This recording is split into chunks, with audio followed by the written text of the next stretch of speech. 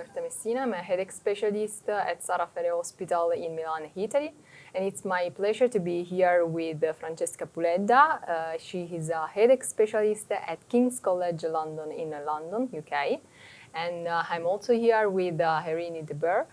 She is finishing her PhD at Leiden Medical University Center. So we are here today to talk about a very interesting project which was sponsored and was an initiative from the IHS Junior Group, which is a survey investigating the availability of medication across the world. So Francesca, tell us about the aim and which was the organization of this project. Thank you, Roberta. It's a pleasure to be here today. So the idea of this project came from the fact that obviously, as we know in the last few years, headache management has really been changing with the novel drugs that are now available in many high-income countries. But the real problem is that that is not necessarily accessible in all the countries in the world. And I think as an international society, the IHS is really interested in trying to reduce the barriers of access to headache medicine worldwide. But a first step to really do that was to understand what the actual availability and the differences in access to headache medicines is around the world. We don't really have, I think prior to this study, an actual measurement with data for that. So with the junior group, with you and others in our group, we decided to develop a very simple, I would say, questionnaire that we actually uploaded on SurveyMonkey on a platform that is easily accessible. And the questionnaire has the scope really of indicating a list of different medications, of commonly used medications all over the world. And it was good that in our group we have a really large representation of many countries because we were able, I think, to give an exhaustive list of different medicines. So we have, of course, acute treatment and preventive treatment of both migraine, tension type headache, and cluster headache. And we described pretty much all of the drugs that are known and to be used in headache medicine. So we went through the non-steroidals, anti-inflammatories, the triptans, but also, of course, the novel ditans and gepants. And the same was done for prevention. And we were essentially asking in this questionnaire, we were asking headache specialists all over the world. We targeted mostly junior headache specialists in the first phases, but we are putting the questionnaire out there also to other IHS members at the moment. And we were asking them to tell us about the availability of those drugs in their country and within regions of their countries. And we also asked about reimbursement. So we weren't interested, of course, only in the access to or the availability of a certain drug, but also how easy it is for anyone in that specific region of the world to really be able to get it for their headache management.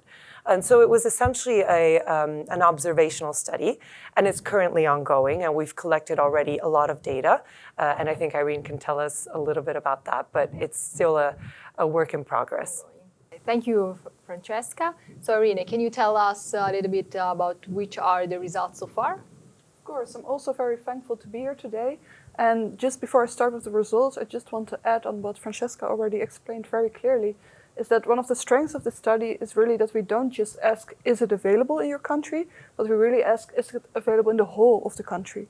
Because what we often see is that in some centers, some medication will be available, but it won't be available to everyone in the country. And that's a very important distinction that I think we try to make that is often not made when you talk about availability of medication.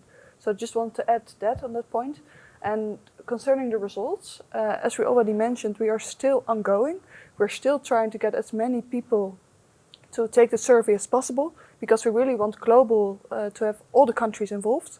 But we already have 66 countries who have participated. So we're very happy with that because, of course, the physicians had to take the time to do the survey, which was quite extensive because there are, of course, a lot of medication for headache. So we're very thankful to them. And the 66 countries, they all participated, they all did the effort. And we now have a lot of data on that. As I mentioned, it's still ongoing, so we're still analyzing, but we're already seeing very important things. So we see that some drugs are available.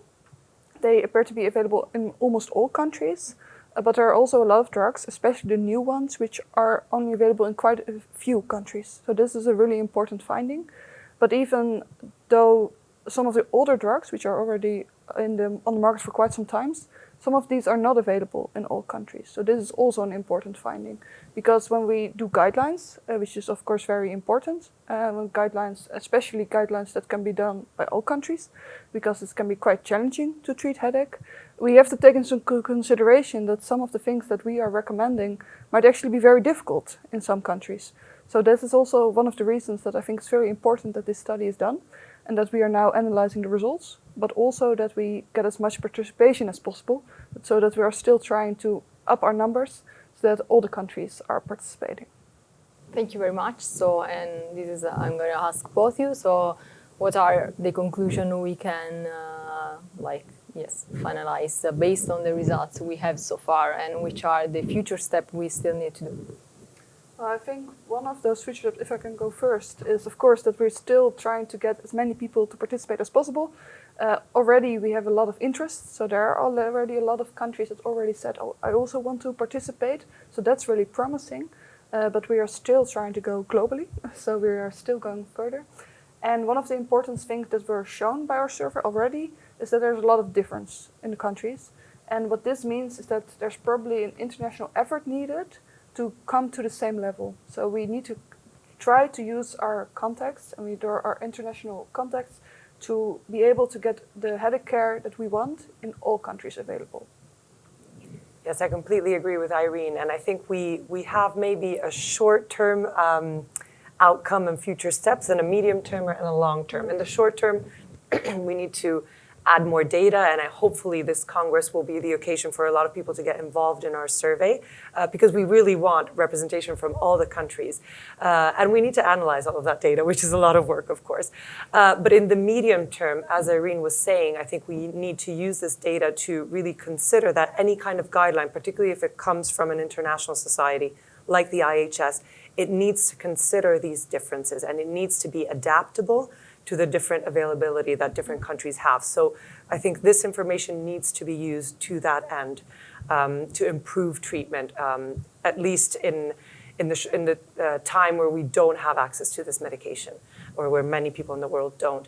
But the longer term, I think, goal is really to use this kind of data, these kind of documents that come from these societies, to allow local stakeholders like national societies and countries that are less represented to really advocate for an improvement of access to migraine care and headache care in general with their governments and with their societies, to really improve patients' lives, because we know that that's the way forward.